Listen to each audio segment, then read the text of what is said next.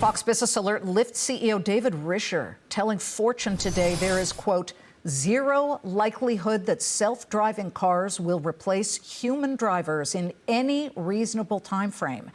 Referring to an EV fleet of ride-hailing cars, Risher said it becomes an expensive asset depreciation issue. Now, if that's true, could the freight industry beat Lyft, Waymo, Tesla, and the rest to fully autonomous fleets? In a sign, the answer might be yes. Yet another autonomous EV freight company, Einride, is set to list on the New York Stock Exchange. After agreeing to a SPAC or reverse merger with Legato Merger Corp. 3, Einride expects to debut in the first half of next year. Einride will join Aurora Innovation and Kodiak AI in the driverless truck race. Einride CEO Roozbeh, Charli, joins us ahead of the big moment. Roozbeh, you're in 7 countries, including the U.S. Who are your customers here and globally? Who's already using you? So thank you very much, and thanks for having me. So we have, as you said, we're active in 7 countries, spanning from Dubai, Europe to the Middle East. Our customers include customers such as Heineken, GE Appliances, and Carlsberg are examples of some of the customers that we work with in Europe and in the U.S.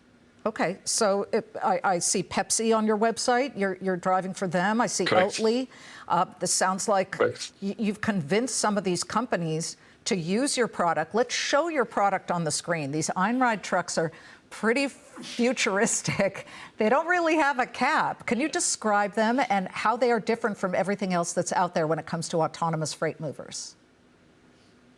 Absolutely. So basically, when it comes to our autonomous technology, we've built this sort of a stack consisting of 3 proprietary parts, which work sort of together seamlessly to be able to automate the transportation for our customers.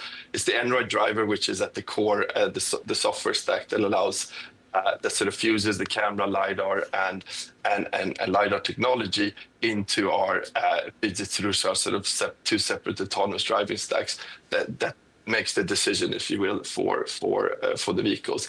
That combined with the safety case that sort of it shows how we can operate these vehicles in a safe way, together with our remote surveillance stations. That is all fed into this vehicle that you see here on the picture, which is our own design, cabless from the beginning. So there's no cab in the vehicle. It's built for autonomous from day one, and it's built in order to be able to take that stack and apply it into real-life customer use cases. Who loads them, and how does that all work? If let's just say I'm a company, I sign you up, I've got some warehouses, I need these trucks to come and take away my stuff and move it. Exactly. So the transition to autonomous is a gradual transition that we're working with our customers. So in the first instance, you would start looking at the shipper data and deciding which part of that route you want to sort of make autonomous using the vehicles. And you start off with from one endpoint to the other, loading and offloading still being done by the personnel at the respective endpoints of that station. We've then done trials together with other technology providers in terms of automatic loading and offloading, for example. So that's why it's a gradual process working with customers, automating the actual driving of the vehicles, and then you continuously sort of automate the other parts in the value chain as well. You may be third behind Kodiak and Aurora. They've both been on the show, but you've shown some regulatory leadership in all of this. You were the first, I believe, globally to get AI permits. Is it AI permits for cabless, heavy-duty autonomous vehicles on public roads? So you're in Tennessee. How's that going? Any snafus, any accidents, any traffic incidents? We have been able to, through that sort of step-by-step approach and working together with our customers and the regulators, showing the safety case and gradually increasing the complexity of the environments in which we operate our vehicles. We've been able to operate in our customer operations without having any sort of traffic incidents in those operations. None? Zero? Zero. That's batting 1,000. Congratulations. That's great. What I also found fascinating was that you have become the first cabless freight mover with no driver to effectuate a border crossing. You crossed the border between Norway and Sweden. How did that go? I find this fascinating. Does it know to stop? And what do the border agents do? What if they want to check the cargo that's in the truck? So this was, and thank you for taking up as an example. That's a perfect example of this was a pilot that we did together with the Moji project in Europe to showcase exactly to a couple of those points that you're raising. Right, if you have the ambition of scaling autonomous into real life customer applications, one of the things you need to be able to handle is border crossings, right? And there's a couple of complexities with that. One is, of course, you're dealing with two different regulators on each side of that border, so you need to be able to manage those two different regulators. Who opens the back of the truck if the border agent says, "Methinks something's in there, like chocolate that I want to"? That is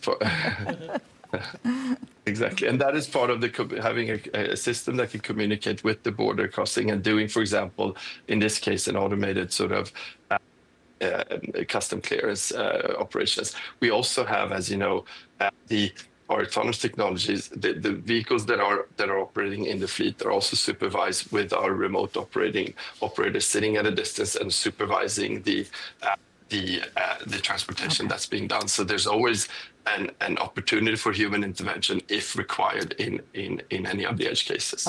Listen, before we go, this is not an easy road when you're going public, so to speak. You look at the 6-month performance of the Auroras of the world and the Kodiaks. It's not good. Everybody's down either 39% or 40% across the board. Nobody's made money if they've invested in some of these companies. So if we look at some of them, we can see that, like, for example, year to date, you've got Aurora down 39%, Kodiak 40%. Last 12 months, Aurora down 23%, Kodiak 40%. How are you going to be different really quickly? I think, we see a good investor interest for the transition itself. I think alongside the tech scrutiny, I think investors are also really scrutinizing the commercialization models and how are we actually going to commercialize and scale this together with customers. And I think that's where we stand out, having the platform and electrification to lock in the lanes, gather the data for a gradual automation with customers over time, and having a scalable go-to-market strategy. And that's what we'll convey to the market. Well, Roozbeh, I look forward to seeing Einride go public on the New York Stock Exchange in the first half of next year, and we'll see if it works out that way. Thank you so much. Thank you very much for having me.